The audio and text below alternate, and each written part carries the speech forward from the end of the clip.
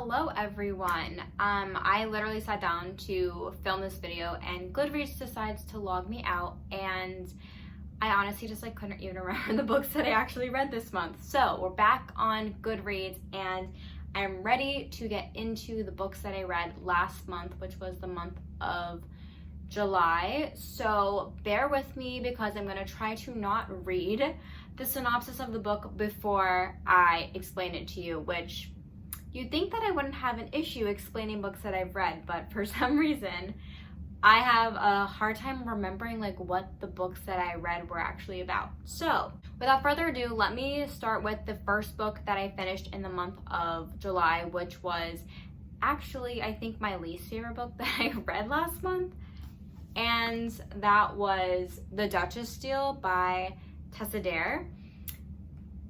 Yeah, I mean, this is not my genre that I usually pick up. This is a very traditional romance book, and it's basically about, oh god, here we go. It's about this girl who needs a marriage for convenience, and she marries this duke, and he's not really looking for love, and blah blah blah, and he's the typical wounded guy in a romance novel, and then they start falling in love, you could say. Not my favorite book that I've ever read.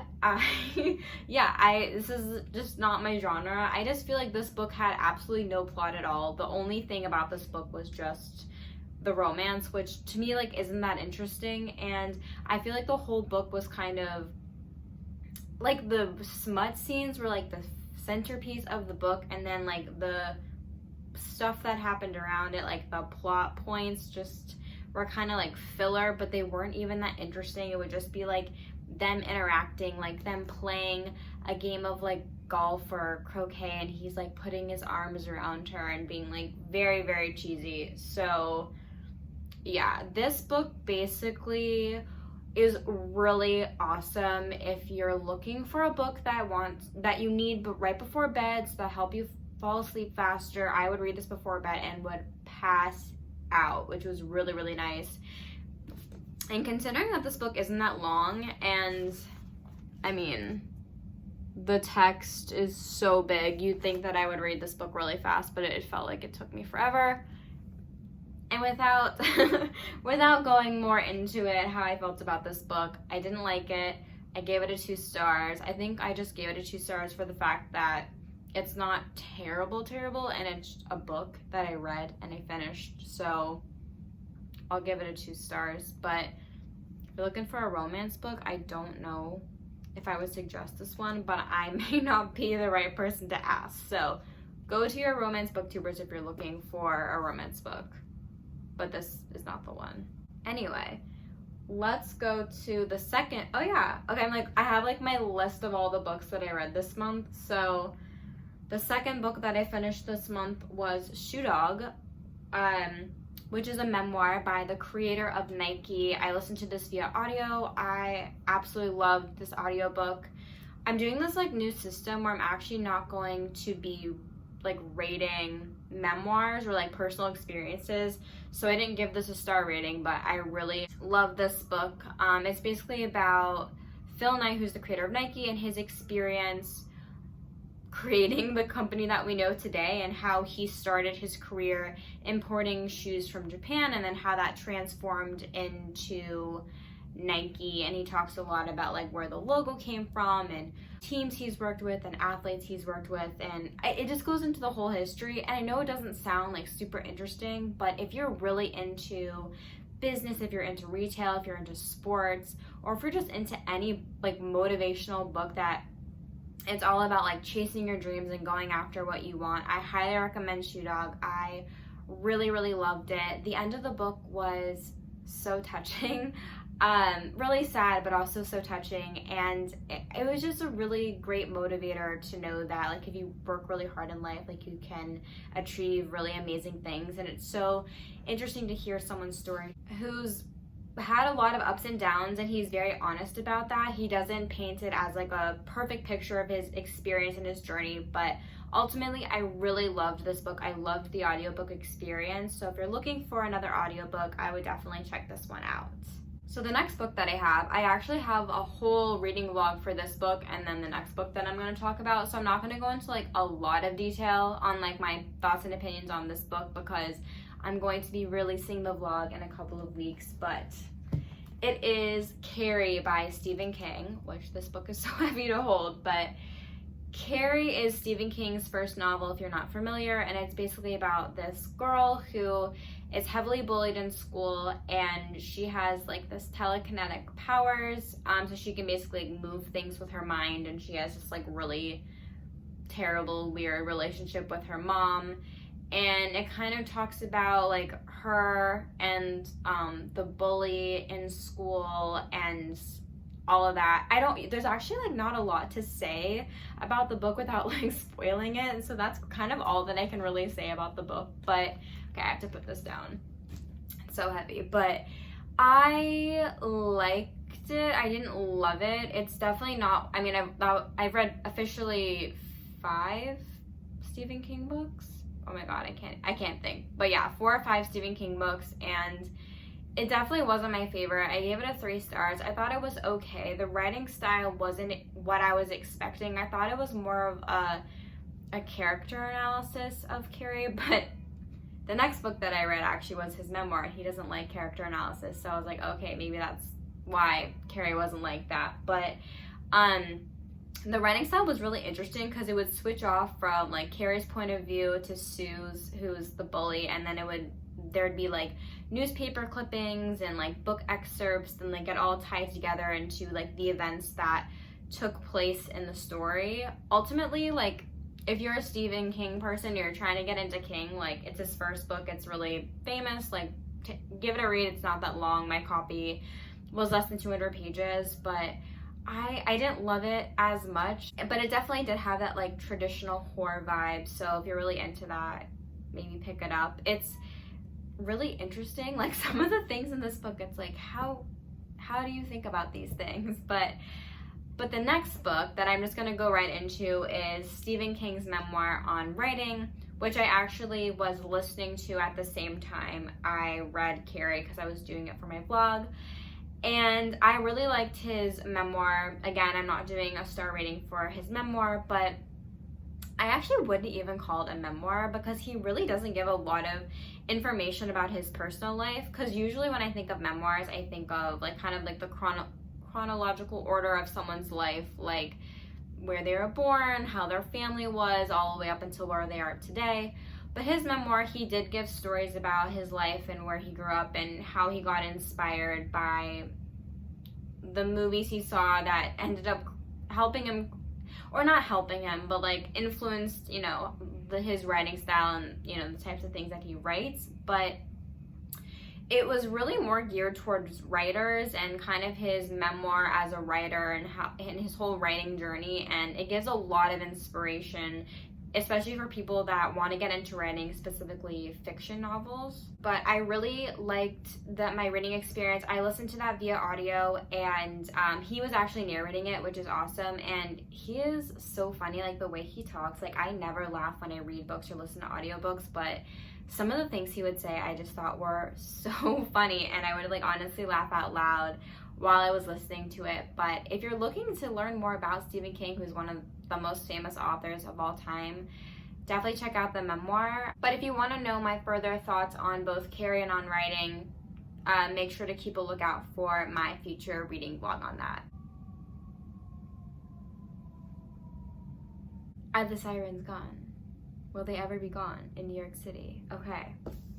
The next book that I have to talk about is In 5 Years, which was probably my favorite book that I read this month. I absolutely loved it, and my friend, who's so amazing, sent me a copy of this book, which is absolutely beautiful.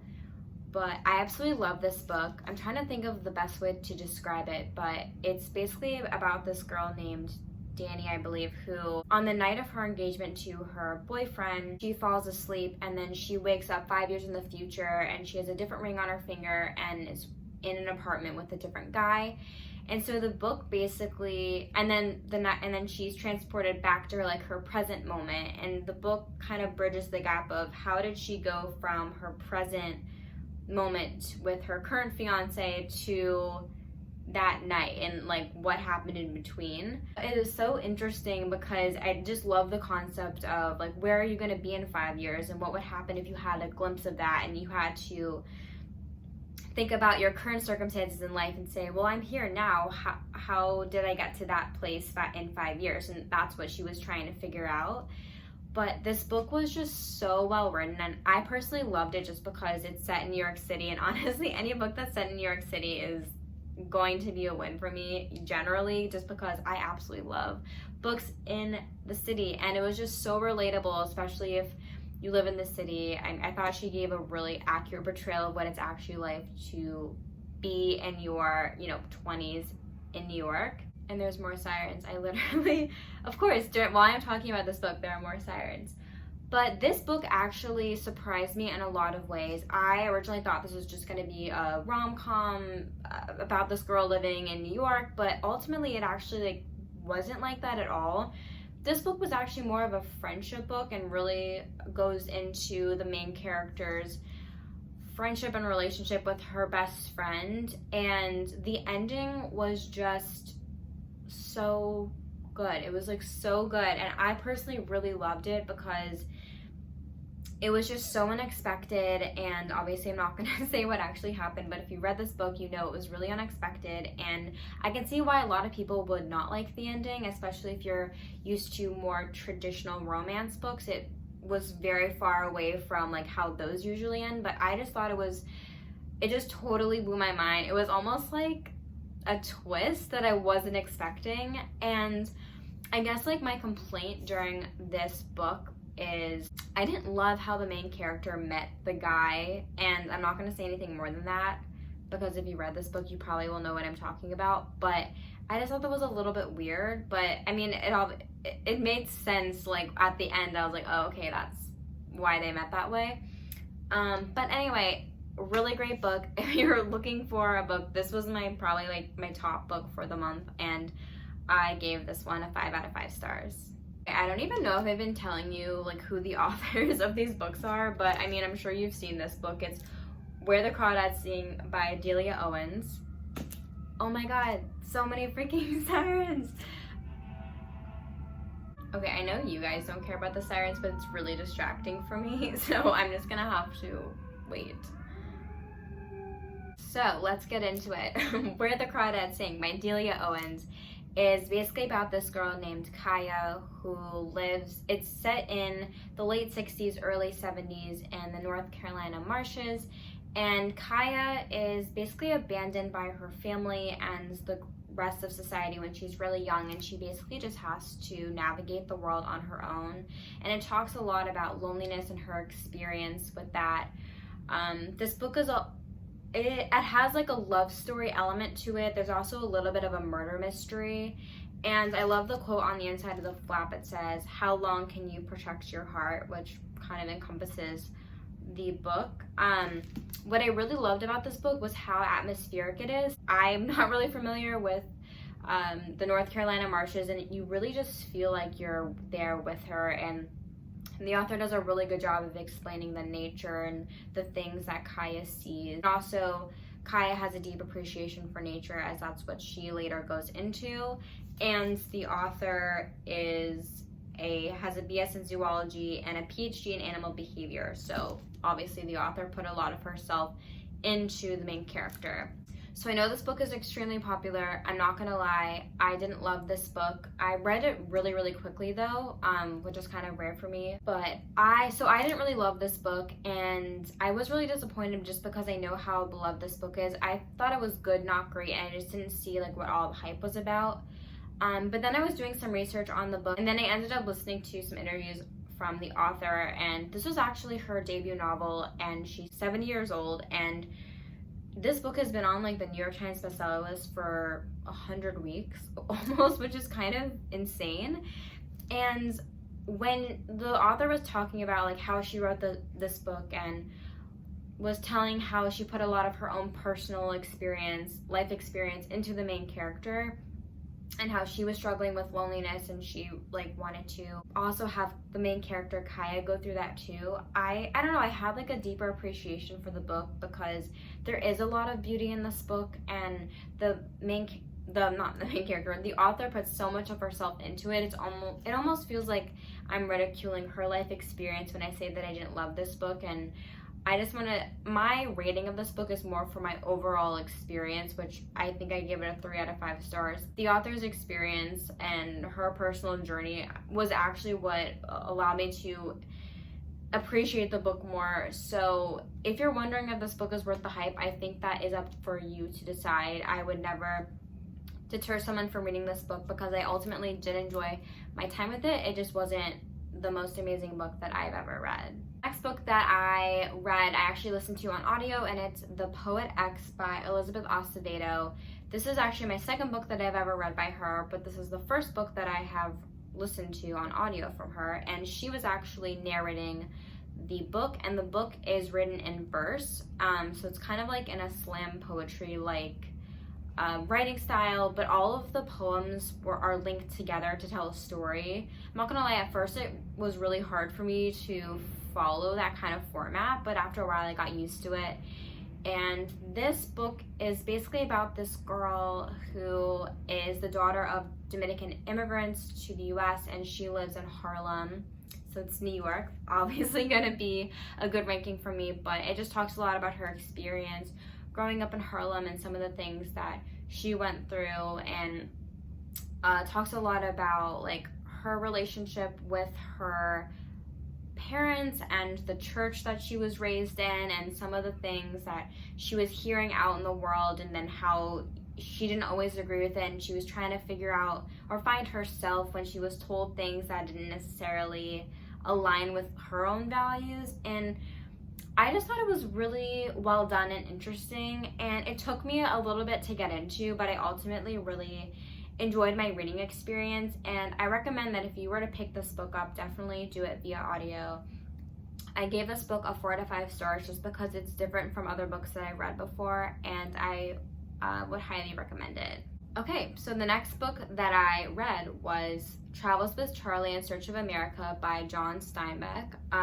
This is probably the oldest book that I've read in the month of July, but I just for some reason picked this book up because I found this online, and the summary of it sounded so interesting, and it's kind of a memoir. What this book is about, John Steinbeck basically takes this truck and puts like a camper van on top of it, and with his dog he decides to travel America. So he basically goes from Long Island, New York, all the way across the West Coast, down through the South, and then back up to New York.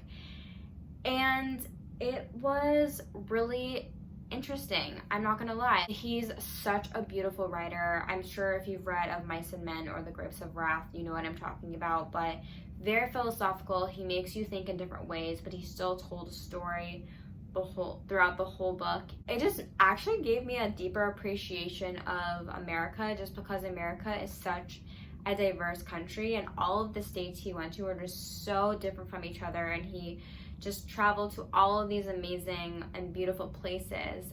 And aside from having some deep appreciation for the US, he also goes into a lot of the things in the US that aren't as beautiful, especially like when he gets into the South. He talks a lot about racism, and this book I believe he wrote in like the early 1960s, so obviously that was very prevalent at the time.